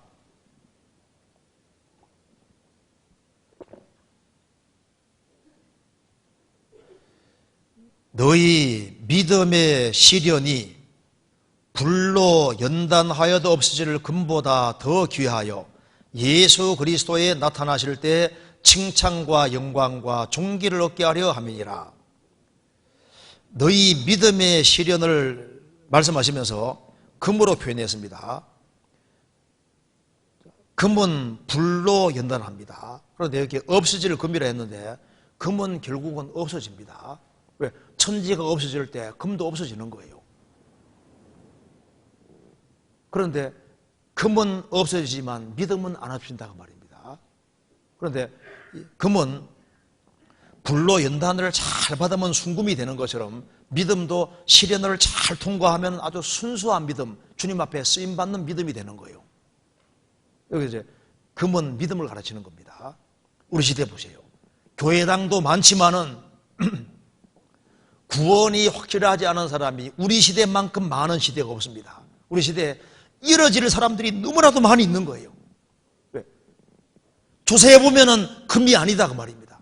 도금이고 이게 잘못된 것들이 많고 참된 믿음, 중생한 믿음, 거듭난 믿음을 소유하지 않은 사람들이 많은 거예요. 한 사람이 주님이 주신 참된 믿음을 소유한 사람은 그 믿음 때문에 그 사람이 구원을 받고, 믿음 때문에 천국 가고, 믿음 때문에 영원한 축복을 받는 거니까 사람이 부유하게 되는 길은 참된 믿음을 소유하는 겁니다. 그래서 죄를 사함 받는 순간에 성령이 선물로 들어오시고, 그래서 죄 사함을 얻으라 그리하면 성령을 선물로 받으리니, 그때 금보다 귀한 믿음이 딱 이루어지는 거예요. 그래서 믿음이 온다는 말이 맞습니다. 너희에게 겨자씨 않을 만한 믿음이 있었다면 생명 있는 믿음을 가리키는 거예요. 그래서 너희 천국 가는 믿음 문제를 확실하게 해라. 금보다 귀한 것이 믿음이기 때문입니다. 우리 그래서 예수 그리스도를 믿는 믿음, 구원을 확실히 받은 믿음, 참된 믿음을 소유한 사람은 이건 복 중에 복을 얻은 겁니다. 그런데 그와 동시에 주님께서는 금을 사라고 한 것이 아니라 불로 연단한 금을 사라고 했습니다. 주님께서는 구원받은 믿음만 보기 원하시는 것이 아니라, 이 라오디게아 사람들이 지금 안일에 빠져 있잖아요. 나는 부자라 부여에 부족한 것이 없다 했는데, 영적으로 정말 부욕해야 되는 길은 불로 연단한 금을 사라. 그리고 순수한 믿음. 금이 불 속에 많이 들어갔다 나오면은 순금이 됩니다. 구원을 받아서도 금은 금인데 불순물이 섞여 있는 경우가 많잖아요. 이것이 이제 신앙생활하는 가운데서 불순물이 떨어지는데, 이 금이 다른 게 섞여 있을 때 불순물을 제거하기에 제일 좋은 길이 뭔지 아시죠? 불 속에 들어가는 거예요. 불 속에 들어가고 좀 많이 맞아야 됩니다. 그러니까 이제 청동은 맞으면 막 소리가 막 꽹가리 소리 같이 막 아주 굉장히 굉음이 나는데, 금은 맞으면은요 은은한 소리 나잖아요. 참된 믿음을 소유한 사람은 두들겨 맞으면은 은은한 소리가 납니다. 좋은 소리가 나거든요. 금 때리면 정말 소리가 좋잖아요. 금방울 소리만큼 아름다운 소리가 없습니다. 그래서 이제 누가 진짜 구원받은 사람인지는 얻어 맞아보면 알아요. 충격 받을 때 막 꽹가리 같이 막 굉음 내고 막 싸우다시 막 달려드는 사람 있는가 하면은 그 맞으면은 그 은은한 소리 내고 좋은 소리 내는 사람 있잖아요. 어쨌든 이게 믿음이 중요한데, 주님께서는 불로 연단한 금을 사서 부여하게 하고, 그래서 이 믿음이 참 아주 주님 앞에 쓰임받는 믿음이 되기 위해서는 불을 통과하는 것처럼 시련을 많이 통과하는 게 필요합니다. 그래서 구원받고 오래됐다는 것은 많은 고통을 겪은 거예요. 그래서 구원받고 10년 된 사람은 괜히 10년 된 게 아닙니다. 20년, 괜히 20년 된 것이 아니에요. 오래된 사람들은 여러 가지 어려움을 겪어왔기 때문에 불순물이 많이 떨어진 거예요. 그리고 이것저것 부딪히는 문제들이 있는데 그걸 다 극복해 가는 속에서 불순물이 떨어져서 순수한 믿음들, 그런 믿음이 들 때 또 교회 안에서도 귀하게 쓰임받을 수 있게 되는 겁니다. 금보다 귀한 믿음, 주님께 쓰임받을 수 있는 그런 믿음. 그래서 욥기 23장에 나의 가는 길을 오직 그가 아시나니 그가 나를 단련하신 후에는 내가 정금같이 나오리라. 그래서 단련을 많이 받고 시련을 많이 통과하고 고생을 많이 하면 할수록 정금, 순수한 금으로 바뀌어지는 거예요. 우리 교회 안에도 구역이 잘 되기 위해서, 교구가 잘 되고 교회가 잘 되기 위해서는 구원받는 확실한 믿음뿐 아니라 정말 많은 시련과 어려움을 통과하고 그 속에서 순수하고 정금 같은 그런 믿음 가진 사람들이 많을수록 교회는 아주 힘차게 더 잘 될 수 있는 겁니다. 그래서 구원받는 믿음, 성장하는 믿음, 역사하는 믿음, 시련을 통과하는 믿음, 이런 믿음을 가지라고 주님 공고하시고, 믿음이 큰 사람 클수록, 믿음이 부유할수록 그 사람은 영적으로 부유한 사람이 되는 거예요. 내가 가난하지만은 믿음이 부유한 사람은 진짜 부자인 겁니다. 그 다음에 요한계시록 다시 보시겠습니다. 요한계시록 3장 18절에 그 다음에 신옷을 사서 입어 벌거벗은 숫씨를 보이지 않게 하고, 신옷을 사서 입어 벌거벗은 숫씨를 보이지 않게 하고, 라오디게아 지역 교회 속에도 흰옷을 안 입은 사람이 있었던 것 같아요. 그러니까 믿음이 확실하지 않고 구원을 확실히 받을 때 예수 그리스도로 옷을 입습니다. 흰옷 사서 입으라고 했는데 한 사람이 구원 받을 때 흰옷을 입는 거예요. 성경에는 옷에 대한 얘기가 굉장히 많잖아요. 크게 네 부류의 사람이 있다고 했습니다. 첫째는 계시록 16장에 말한 대로 벌거벗고 서는 사람. 이 사람은 죄인으로 나서 죄 가운데 살다가 죄 가운데 죽는 사람입니다. 더러운 옷을 입고 사는 사람 두 번째인데 이사야 64장에 말한 대로 우리의 의인은 다 더러운 옷과 같아. 자기 의를 의지해 서는 사람. 더러운 옷이잖아요. 신명기 22장에 말한 대로 양털과 배실로 섞어짠 걸 입지 말지니라. 예수님 공도에다가 자기 공도 섞는 겁니다. 그건 다른 복음인 거예요. 양털 99%에 배실 1%만 섞어도 멸망입니다. 어린 양 대신 예수님 공도에 다른 걸 더 붙이면 안 되는 거예요. 그러면 어떻게 해야 되느냐? 흰옷을 사서 입어라. 흰옷을. 흰옷이 뭡니까? 요한계시록 7장 보시겠습니다. 요한계시록 7장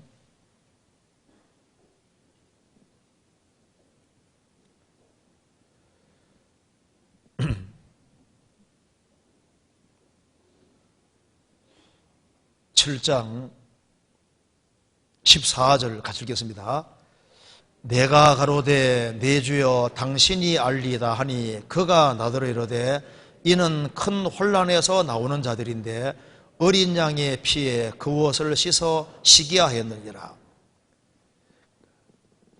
흰옷 입는 방법은 어린 양의 피에 그 옷을 씻어 시기하였느니라. 그러니까 예수님의 완전한 피공로를 받아들인 사람이 흰옷을 입은 사람인 거예요. 그렇잖아요. 그러니까 예수님 피로 확실하게 구원받으라고 말씀하시는 겁니다. 그래서 흰옷은 예수님의 공로를 가르치는 겁니다. 그래서 이사야 61장 10절에도 보면은 내가 여호와로 인하여 크게 기뻐한다. 그 이유는 내게 구원의 옷을 입히시고 의의 겉옷을 더하셨다.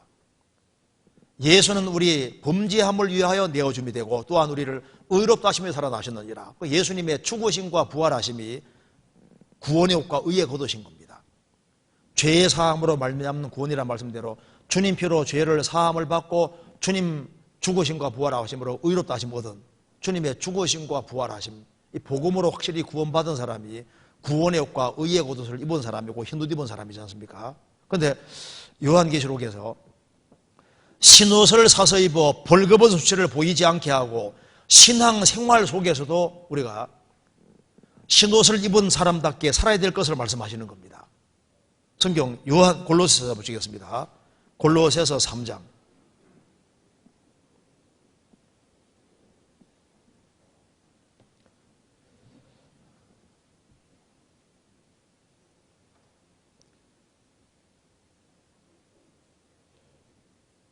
7절입니다.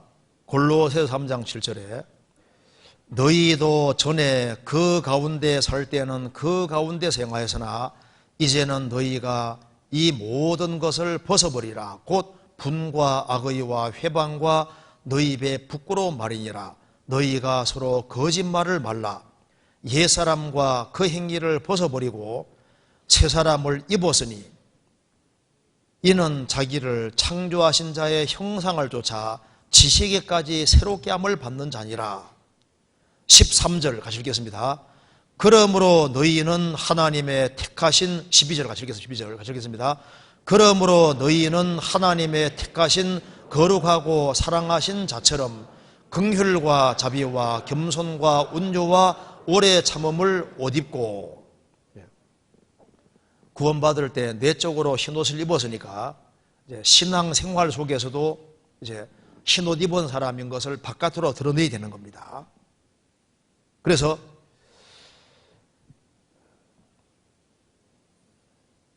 긍휼과 자비와 겸손과 온유와 오래 참음을 옷 입고,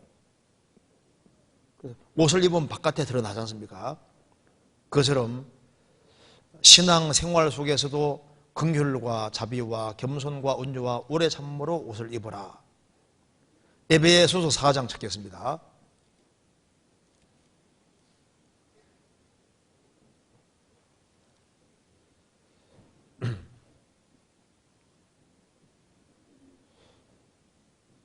(22절) 너희는 유혹의 욕심을 따라 썩어져가는 구습을 좇는 옛사람을 버리고, 생활 속에서 버리고 오직 심령으로 새롭게 되어 하나님을 따라 의와 진리의 거룩함으로 지으심을 받은 새 사람을 입으라.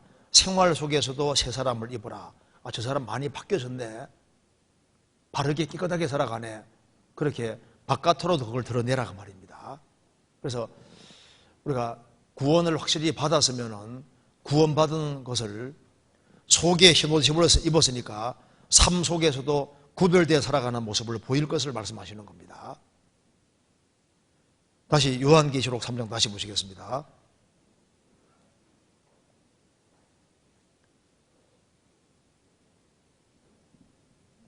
(3장 18절) 중간에 흰옷을 사서 입어 벌거벗은 섭씨를 보이지 않게 하고 안약을 사서 눈에 발라 보게 하라.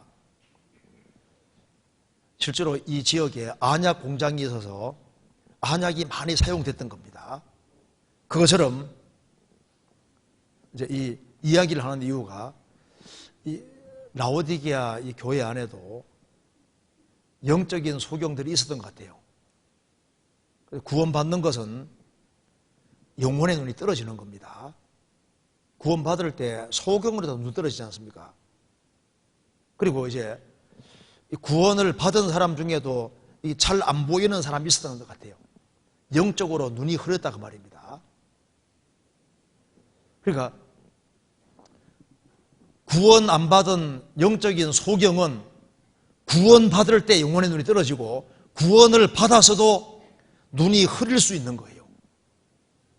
그래서 눈이 밝으면 잘 보이는 것처럼 구원받고 난 다음에도 영혼의 눈이 밝아져야 됩니다. 그럼 어떻게 눈이 밝아지느냐? 우리가 눈 나빠지면 병원 가서 받아야 됩니다. 안약 바르면 눈이 싹 이렇게 눈이 이제 잘 보이면 얼마나 좋겠습니까? 그런데 영혼의 눈이 밝아지는 길도 있습니다. 구원받을 때 영혼의 눈이 떠졌고, 구원받고 난 이후에도 눈이 밝아지는 길이 있습니다.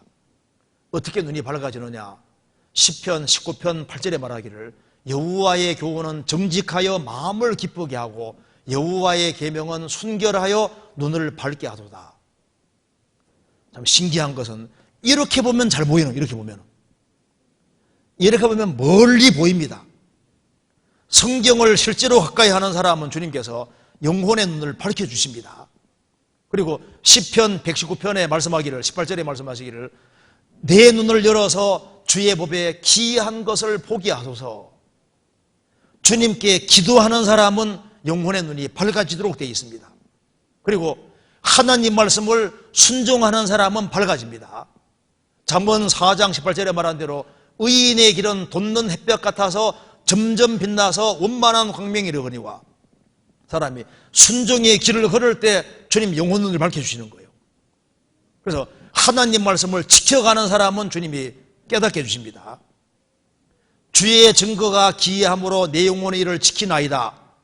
주의 말씀을 열모로 우둔한 자에게 비치어 깨닫게 하나이다. 시편 119편 129절 130절에 말한 대로 주님 말씀을 지키는 사람은 주님께서 말씀을 열어서 깨닫게 해주시는 거예요. 그래서 우리가 더 멀리 본다면 얼마나 좋겠습니까? 그런데 이 라오디게아 사람들은 영혼의 눈이 흐려졌는데 재물욕이 들어오면 눈이 흐려집니다. 그리고 이성적인 문제에 딱 걸리면 눈이 흐려지는 거예요. 그리고 먹고 사는 문제에 치우쳐도 눈이 어두워집니다. 죄도 눈을 어둡게 만듭니다. 그런데 영혼의 눈이 밝아져야 됩니다. 에베소서 1장에 말한 대로 너희 마음 눈을 밝히사, 영혼의 눈이 밝아져야 됩니다. 영혼의 눈이 밝아지면은 구원받은 것이 얼마나 소중한 것인지, 내가 얼마나 축복을 받은 사람인지, 세상에서 내가 평생 고생해도 구원받은 거 하나만으로도 충분하다. 내가 세상에서 아무리 고생해도 지옥 갈 사람 하루 고생 못합니다. 영혼의 눈이 밝아지면은 누가 나를 대접해도 좋지만은 안 해줘도 할 수 없는 거예요. 근데 가정생활하는 속에서도 남편이 좀 고약하다, 그래도 신앙생활 잘 지키면 주님 앞에 가면 특권상 받을 수도 있지 않습니까? 그러잖아요. 내게 잘해주는 사람은 잘해주는 것은 이건 당연한 겁니다. 내게 못해주는 사람에게 내가 잘해주면 얼마나 더 큰 상이 되겠어요. 그러니까 믿음의 눈으로 보고 눈이 밝아지면은 어떤 환경이든 간에 나는 복받을 위치에 있다는 걸 알 수 있는 거예요. 눈이 흐려지면은 불평과 불망, 문제가 생길 수 있지만은 영혼의 눈이 밝아지면 그렇지 않습니다. 그래서 예수님 말씀하시기를 내가 너를 고나누니 내게서 불로 연단한 금을 사서 부여하게 하고 내게서 살아. 주님에게서 살아. 주님에게로부터 샀고, 근데 그건 공짜인 겁니다. 주님 공짜로 주시는 거잖아요. 그리고 샀으면은 이건 팔아먹어서는 안 되는 겁니다. 성경 한번 찾아봅시다. 잠언 23장 23절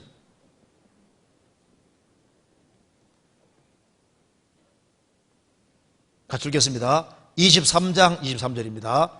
진리를 사고서 팔지 말며 지혜와 훈계와 명철도 그리할지니라. 진리를 사고서 팔지 말아라. 사기 전에는 남의 것인데 사면 자기 것이 되잖아요. 주님에게로부터 샀으면은 나의 것이 되는 거예요. 네, 진리를 사고서 팔지 말아라. 예서는 팥죽 한 그릇에 장자명분 팔아버렸습니다. 가룟유다는 은 30에 예수님 팔아먹었습니다. 팔아서는 안 된 걸 팔아먹은 거예요. 우리가 다른 걸 몰라도 진리를 샀고 주님이 나의 것이 됐으면은 주님의 것을 더 많이, 오든 주님은 공짜로 주려고 하시는 분이니까.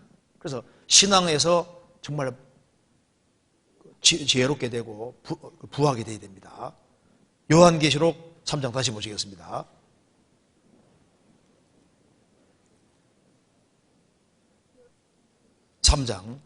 내게서 사라고 했는데요, 우리가 구원도 주님께로부터 얻은 겁니다.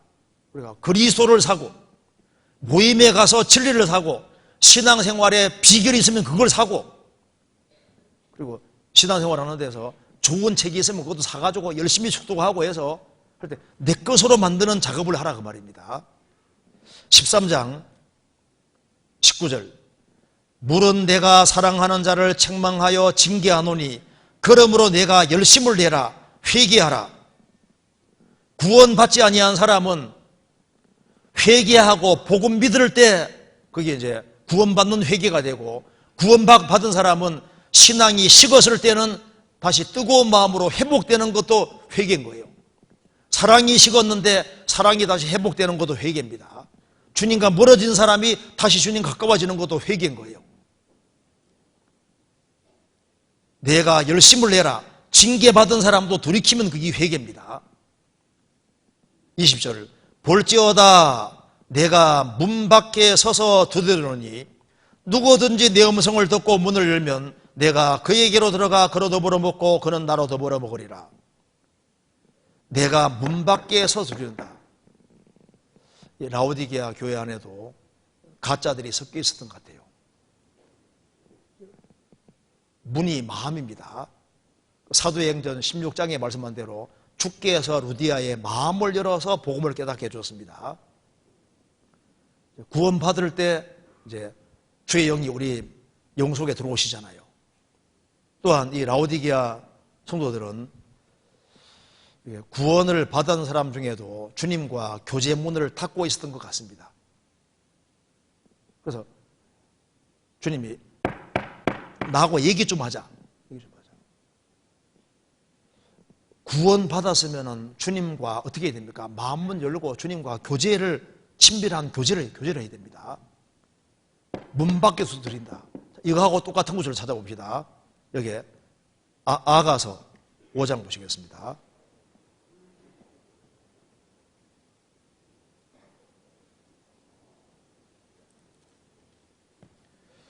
5장 2절입니다.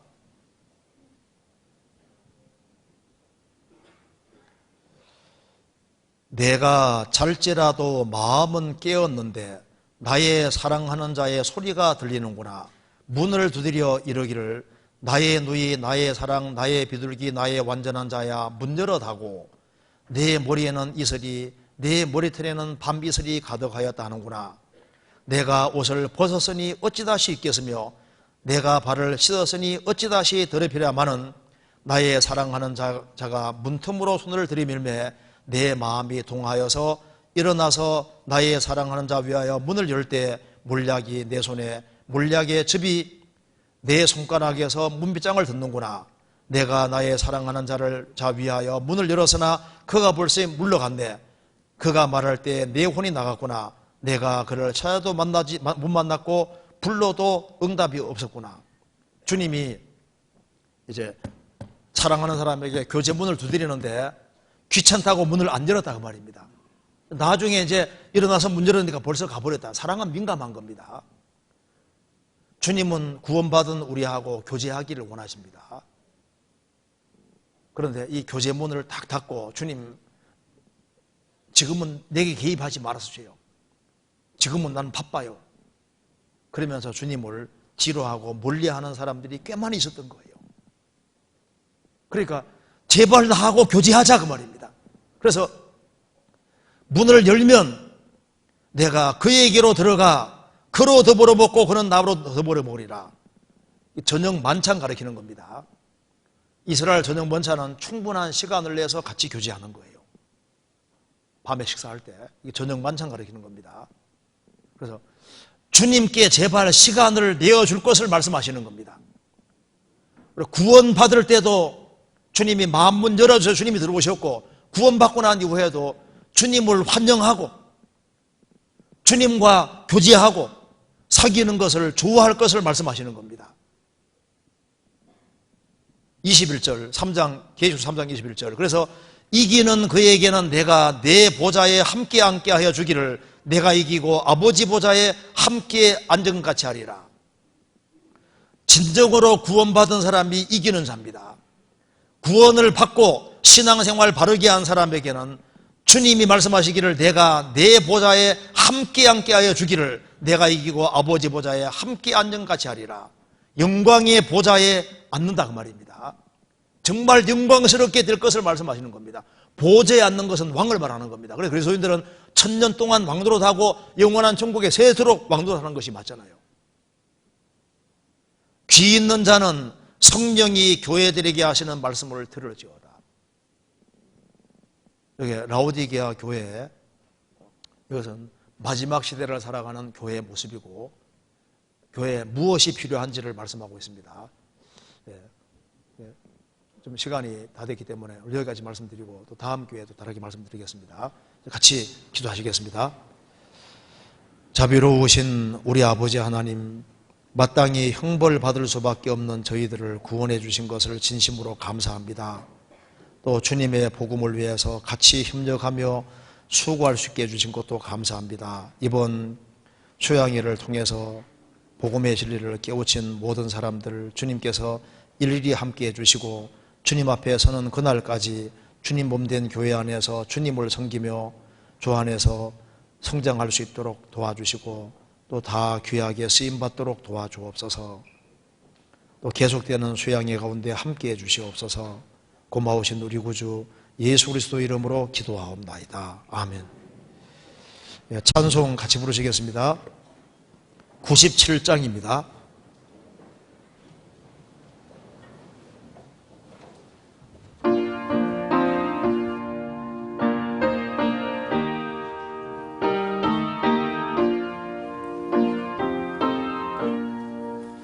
위에 계신 너의 친구 그의 사랑 지극하다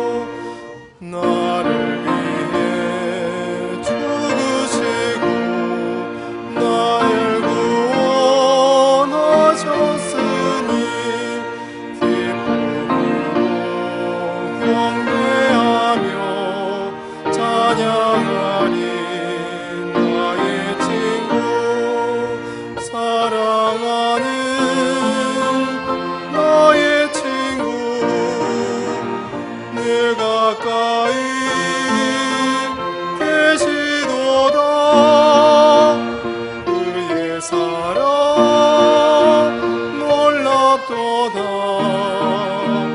변함없는 나의 친구, 내 맘속에 늘 계시고 영원토록 함께하네. 가지된 자 하나 되리.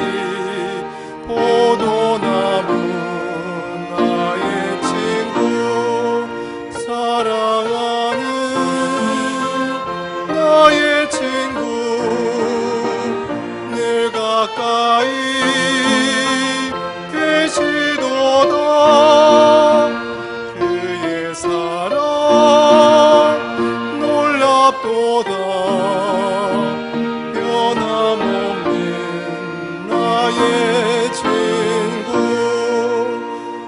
그날이와 황금길에 그의 영광 바라보며 그의 발로 날 안을 때 만나보리. 나의 친구, 사랑하는 나의 친구, 늘 가까이 계시도다. 그의 사랑 놀랍도다. 변함없는